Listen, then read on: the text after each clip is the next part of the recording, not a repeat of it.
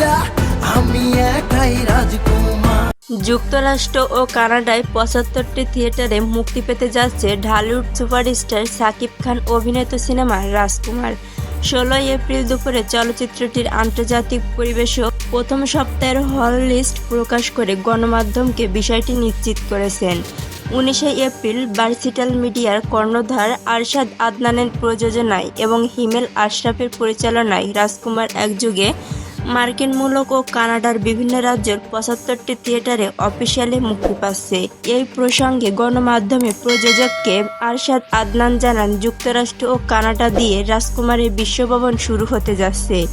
একে একে বিশ্বের ৪০টি দেশে মুক্তি দেওয়া হবে রাজকুমার। ১৬ এপ্রিল বিষয়টি জানিয়ে নিজের সোশ্যাল হ্যান্ডেলে হল লিস্ট প্রকাশ করেছেন শাকিব।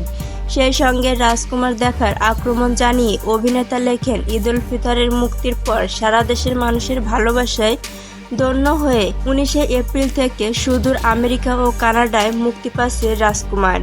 দেশের পর এবার প্রবাসী সকল বাংলা ভাষাভাষীদের মন জয় করবে রাজকুমার। ভালোবাসা ছড়িয়ে পড়বে পৃথিবী জুড়ে। সম্প্রতি ঈদুল ফিতর উপলক্ষে দেশের ১২৬টি প্রেক্ষাগৃহে মুক্তি পেয়েছে রাজকুমার।